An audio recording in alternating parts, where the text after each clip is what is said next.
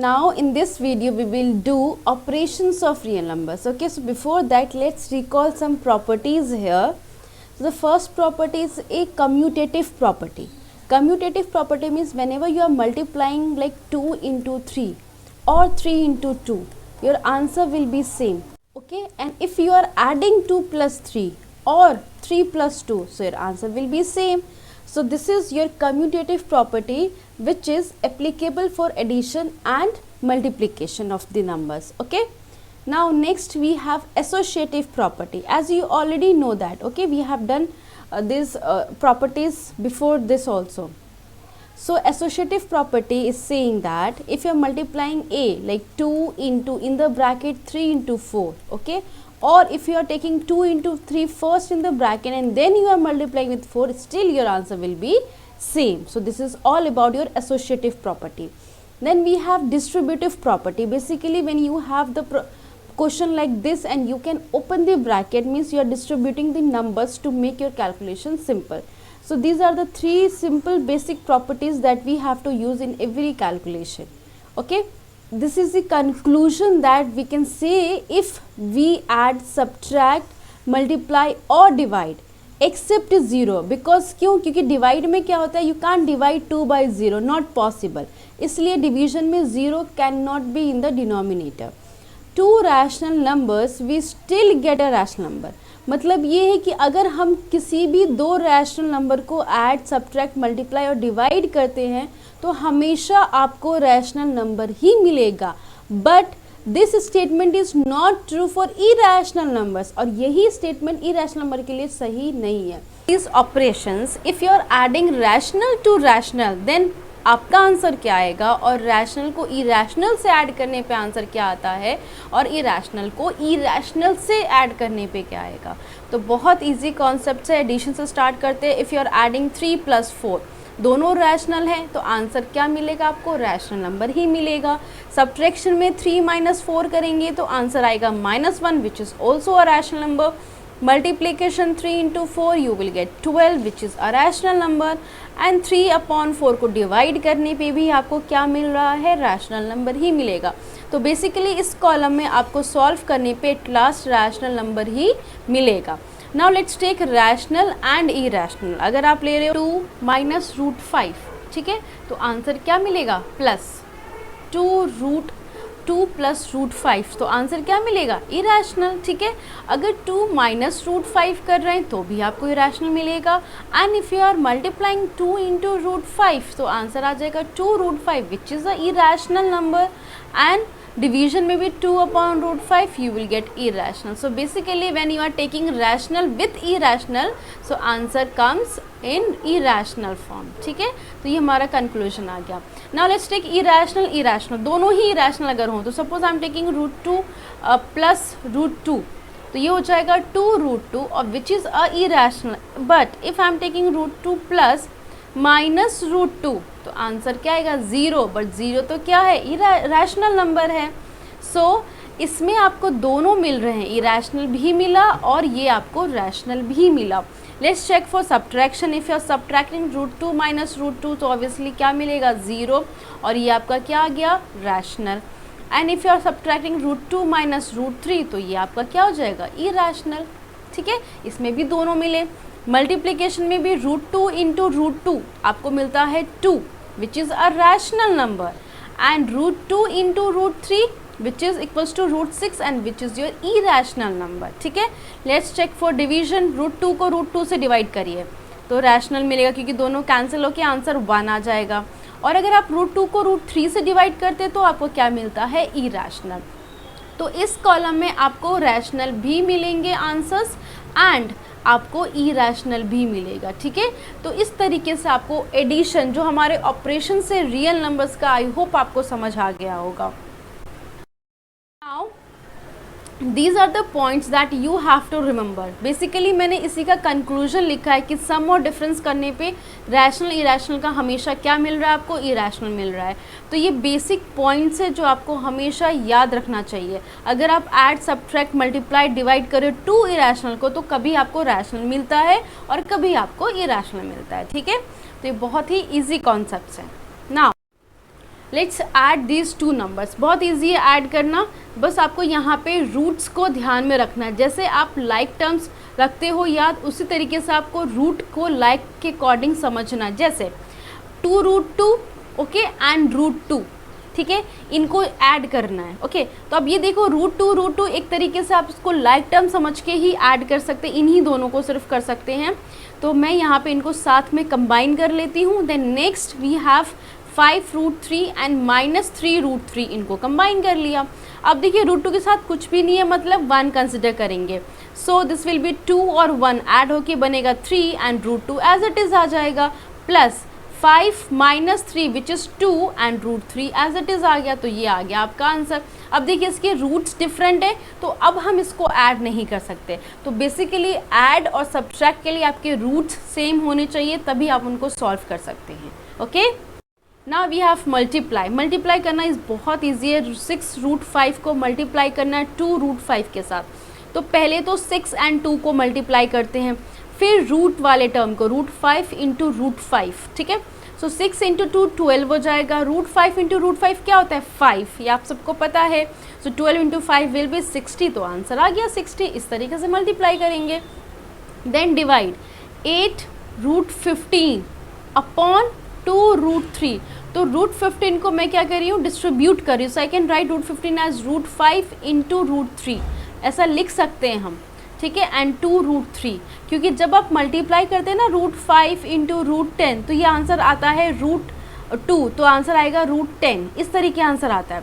अगर आप √5 को मल्टीप्लाई कर रहे हो √5 के साथ, तो आंसर आता है 5, ठीक है। तो आप ये छोटे से कॉन्सेप्ट हमेशा याद रखिए किस तरीके से मल्टीप्लाई किया जा रहा है।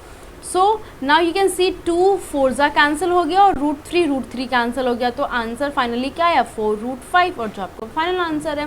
तो इसी तरीके से आप मल्टीप्लाई और डिवाइड की प्रैक्टिस कर सकते हैं। Now let's simplify this expressions. अब देखिए सिंप्लीफाई करने के लिए आप इसमें आइडेंटिटीज़ भी यूज़ कर सकते हैं। जैसे फर्स्ट है मल्टीप्लिकेशन, तो इसमें आई थिंक कुछ भी ऐसा कॉमन नहीं है आइडेंटिटी यूज़ करने के लिए। तो हम इसको नॉर्मली मल्टीप्लाई करेंगे 5 + √7 and 2 + √5। So what we will do, we will take 5 और मल्टीप्लाई करेंगे पहले इस ब्रैकेट के साथ, और फिर हम लेंगे √7 and then will multiply by 2 + √5, ठीक है। Now open the bracket. So 10 + 5√5 plus 2√7 plus √35, जैसे √7 और √5 का मल्टीप्लिकेशन क्या आएगा √35। तो देखिए अब इसमें कुछ भी ऐसा कॉमन नहीं है ऐड करने के लिए, तो फाइनल आपका आंसर यही आ जाएगा, ठीक है। तो देखा कितना इजी है। इसी तरीके से आप मल्टीप्लाई इसको करेंगे। अब इसमें देखिए a + b और ये होगा a - b, तो क्या आइडेंटिटी बन गई आपकी a² - b², तो वो यूज़ कर सकते हैं 5 का स्क्वायर माइनस √5 का स्क्वायर। तो आंसर क्या हो जाएगा 25 - 5 विच इज़ इक्वल्स टू 20। देखा, तो आइडेंटिटी कहीं पे अगर लगता है आपको तो आप यूज़ उसको कर सकते हैं। जैसे ये है a - b and a + b, again you can use the identity. So this will be √11 का स्क्वायर माइनस √7 का square. So the answer is 11 - 7 which is equals to 4. Okay तो आ गया आंसर आपका। इस तरीके से सॉल्व करिए। देन द थर्ड वन, इसमें देखिए a + b का होल स्क्वायर ही तो है ये, a + b का whole square. So use the identity and find the answer. Now the term is rationalization. Rationalization of denominator means basically rationalization, ये term से आपको लग रहा है rational. तो अगर हम डिनोमिनेटर के रूट्स को रिमूव करें, जो भी स्क्वायर रूट्स होते हैं डिनोमिनेटर में, इसको अगर रिमूव करते हैं, इसको रैशनल नंबर में कन्वर्ट कर रहे हैं, that process is called rationalization. ठीक है, ऑफ डिनोमिनेटर, क्योंकि हम सिर्फ डिनोमिनेटर के रूट्स को ही फ्री करेंगे, रिमूव करेंगे. So let's take one example. Rationalize the denominator of 1/√2. इसको करना है हमें रैशनलाइज. तो बहुत ईजी एग्जाम्पल है. अगर आप √2 को √2 से मल्टीप्लाई करते हैं तो आंसर क्या मिलता है 2. तो हम यही रूल फॉलो करेंगे. We will multiply numerator and denominator by √2 so that जो हमारा क्वेश्चन है उसमें भी कोई चेंज ना आए, क्योंकि √2 क्या हो जाएंगे, कैंसिल हो जाएंगे. तो एज इट इज़ आपका आंसर आएगा. ठीक है. सो आफ्टर मल्टीप्लीकेशन 1 × √2 एंड नीचे डिनोमिनेटर में क्या होगा √2 × √2. तो फाइनल आंसर क्या आएगा √2/2. This is your answer. तो एज डिनोमिनेटर मेंशन है तो इट मीन्स न्यूमरेटर में रूट्स हो सकते हैं, सिर्फ डिनोमिनेटर में रूट्स नहीं होने चाहिए, आपको उसे रैशनलाइज करना पड़ेगा, ठीक है। Let's take one more example, 1/2 plus root 3। अब अगर आपके पास प्लस ऐसे हो तो क्या करेंगे, इसका बहुत सिंपल रूल है, इसका अपोजिट साइन लीजिए। 1 2 प्लस रूट 3 तो उसको जब मल्टीप्लाई करेंगे तो 1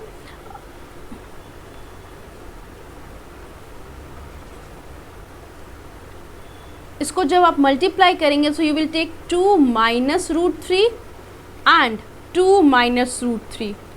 क्यों लिया, क्योंकि ये प्लस में था, अगर ये माइनस होता तो फिर आप 2 प्लस रूट 3 लेते। इसके बहुत सारे क्वेश्चन आप करेंगे तो आपको ये रूल भी समझ आ जाएगा। अब क्या करेंगे, इसको मल्टीप्लाई करते हैं तो न्यूमरेटर में 1 से मल्टीप्लाई हो जाएगा 2 माइनस रूट 3 और डिनोमिनेटर में क्या है 2 plus root 3 and 2 minus root 3। तो अब आपको यहाँ पे आइडेंटिटी याद आ रही है, a plus b and a minus b denominator में यूज़ हो जाएगा। तो 2 माइनस रूट 3 तो न्यूमरेटर आ गया, डिनोमिनेटर में आपने आइडेंटिटी यूज़ की a square minus b square की, तो ये हो जाएगा 2 का स्क्वायर माइनस रूट 3 का स्क्वायर।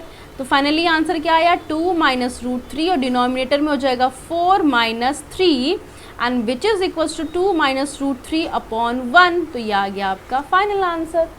देखा कितना इजी है। तो इस तरीके से आप डिनोमिनेटर को रैशनलाइज करके उसको रैशनल नंबर में कन्वर्ट कर सकते हैं इसके अकॉर्डिंग। नाउ यहाँ पे ये क्वेश्चन है, ये बहुत ही इंपॉर्टेंट क्वेश्चन आपके एग्ज़ाम पॉइंट ऑफ व्यू से ज़रूर आता है एग्ज़ाम में, तो बहुत ध्यान से देखिए। इसमें आपको ए और बी की वैल्यू निकालनी है। तो इसमें हम दो टर्म लेते हैं, दो, जैसे ये LHS है आपका और ये आपका RHS है, ठीक है। तो क्या करेंगे, हम LHS को RHS की फॉर्म में लिखेंगे और फिर हम ए की वैल्यू फाइंड करते हैं। तो लेट्स सॉल्व LHS है। तो LHS हमारा क्या है 5 plus 2 root 3 upon 7 plus 4 root 3, ठीक है, ये प्लस है आपका। अब जैसे मैंने आपको बताया डिनोमिनेटर में क्या है 7 प्लस 4 रूट 3 है, तो मल्टीप्लाई कैसे करेंगे 7 माइनस 4 रूट 3 से, अपोजिट वाला साइन लेंगे, न्यूमरेटर में भी और डिनोमिनेटर में भी लेंगे वही चीज़, ठीक है। अब चलिए मल्टीप्लाई करते हैं। तो अगर आप न्यूमरेटर में मल्टीप्लाई कर रहे हैं तो कैसे करेंगे, पहले 5 मल्टीप्लाई होगा 7 माइनस 4 रूट 3 के साथ और फिर आपका प्लस 2 रूट 3 मल्टीप्लाई होगा 7 माइनस 4 रूट 3 के साथ, जो सिंपल आप मल्टीप्लिकेशन करते हो, ठीक है। नाउ डिनोमिनेटर में आप कौन सी आइडेंटिटी यूज़ करेंगे, a square minus b square वाली, ये जो डिनोमिनेटर में है देखिए। तो 7 का स्क्वायर हो जाएगा ये, और ये हो जाएगा 4 रूट 3 का स्क्वायर, क्योंकि ये किस फॉर्म में है a plus b and a minus B.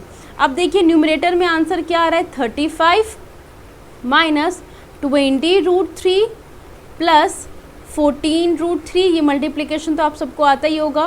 Then minus 4 into 2 हो जाएगा 8 एंड 8 इंटू 3 विल बी 24, ठीक है।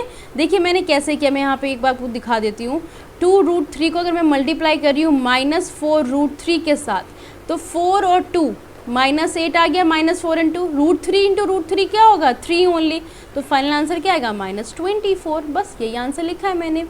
और डिनोमिनेटर में क्या आ जाएगा 7 का स्क्वायर 49 एंड माइनस, अब देखिए 4 रूट 3 को मल्टीप्लाई करना है 4 रूट 3 के साथ, so 4 into 4 16 and 3 root 3 into root 3 3, तो 16 3 ज़ा 48, तो यहाँ पे क्या आ गया 48।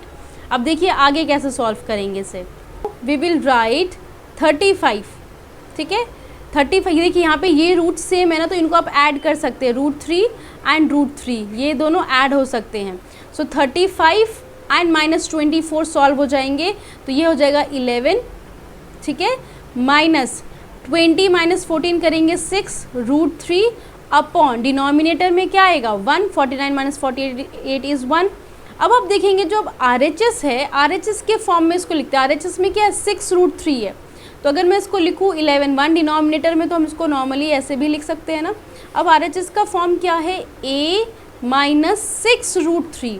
अब देखिए 6 रूट 3 सेम है, a के जगह पे क्या है 11 है, यानी कि a की वैल्यू क्या आ गई 11, आ गया आंसर। तो बेसिकली आपको LHS को RHS के फॉर्म में लिखिएगा और a और b की वैल्यू बता दीजिए, ठीक है। नाउ इसका नेक्स्ट पार्ट करते हैं। LHS again and this is your RHS। तो मैं इसको कन्वर्ट करती हूँ, तो I am going to write like this √2 plus √3 upon 3√2 minus 2√3। क्या करना है इसको रैशनलाइज, तो अब यहाँ पे माइनस है तो यानी कि हम क्या लेंगे 3√2 प्लस 2√3 और डिनोमिनेटर में भी लेंगे 3√2 प्लस 2√3। ठीक है, तो अगर माइनस में है तो प्लस लिया, प्लस में होता तो माइनस, सेम नंबर लेना जो डिनोमिनेटर में है गिवन। अब मल्टीप्लाई करते हैं तो √2 मल्टीप्लाई होगा पहले ब्रैकेट के साथ 3√2 प्लस 2√3। बस इसमें आपकी मल्टीप्लिकेशन गलत नहीं होनी चाहिए, बहुत ही ध्यान से करिएगा नहीं तो पूरा क्वेश्चन गलत हो जाएगा। ठीक है, अब डिनोमिनेटर में as again you can see a minus b and a plus b, तो आइडेंटिटी क्या होगी a square minus b square यानी कि 3√2 का स्क्वायर माइनस 2√3 का स्क्वायर। ठीक है, चलिए फाइनल आंसर अब लिखते हैं हम यहाँ पे। तो फाइनल आंसर हमारा क्या होगा 2√2 और ये मल्टीप्लाई होके बनेंगे 3 × 2 6, देन √2 को इससे मल्टीप्लाई करेंगे तो बन जाएगा ये 2√6, then √3 and 3√2 will be like 3√6 and at last √3 and 2√3 will be 2 × 3 6 और डिनोमिनेटर में क्या है 3√2 का स्क्वायर, तो 3 3 ज़ा 9 and 9 2 ज़ा 18 माइनस 2 2 ज़ा 4 ओके एंड 4 3 ज़ा 12। आ गया ये आंसर।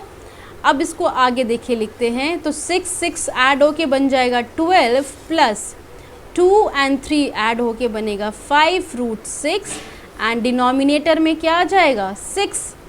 अब देखिए हमें तो इस फॉर्म में लेकर आना है तो इस फॉर्म में कैसे लाएंगे आप यहाँ देखिए। मैं क्या कर रही हूँ, अब इसको लिख रही हूँ 12/6 प्लस 5√6/6 ऐसे लिख सकते हैं हम। क्या बन जाएगा अगर मैं यहाँ पे फिर से लिख रही हूँ 12/6 प्लस 5√6/6, तो 5 होके बन गया 2, तो आ गया आपका 2 प्लस 5/6√6। अब आप देखिए आपका जो फॉर्म कैसा फॉर्म था 2 माइनस b√6, तो 2 एज इट इज़ यहाँ पे है, √6 एज इट इज़ है, बट ये प्लस था और ये माइनस में यानी कि b की वैल्यू क्या आएगी -5√6। आ गया आंसर। तो इस तरीके से आप रैशनलाइज करके ए और बी की वैल्यू फाइंड करेंगे और ये दोनों क्वेश्चंस बहुत इंपॉर्टेंट है एग्जाम पॉइंट ऑफ व्यू से, एग्जाम में क्वेश्चंस ज़रूर आपके आते हैं। Okay, now laws of components for real numbers. आपने लॉज ऑफ कंपोनेंट्स बहुत पढ़े हुए हैं, अब हम पढ़ेंगे कि रियल नंबर्स अगर आपके रूट्स अगर आपके पास हो तो आप ये लॉज कैसे यूज़ करेंगे। So these are the laws जो आपने ऑलरेडी पढ़ा हुआ है। If your base a has power m and a has power n, base same है, पावर्स डिफरेंट है, तो आप उनके पावर्स को क्या कर सकते हैं ऐड कर सकते हैं। जैसे अगर यहाँ पे 2 की पावर है 3 into we have 2 raise to power 5, so answer क्या आ जाएगा 2 raise to power 3 plus 5 which is 15।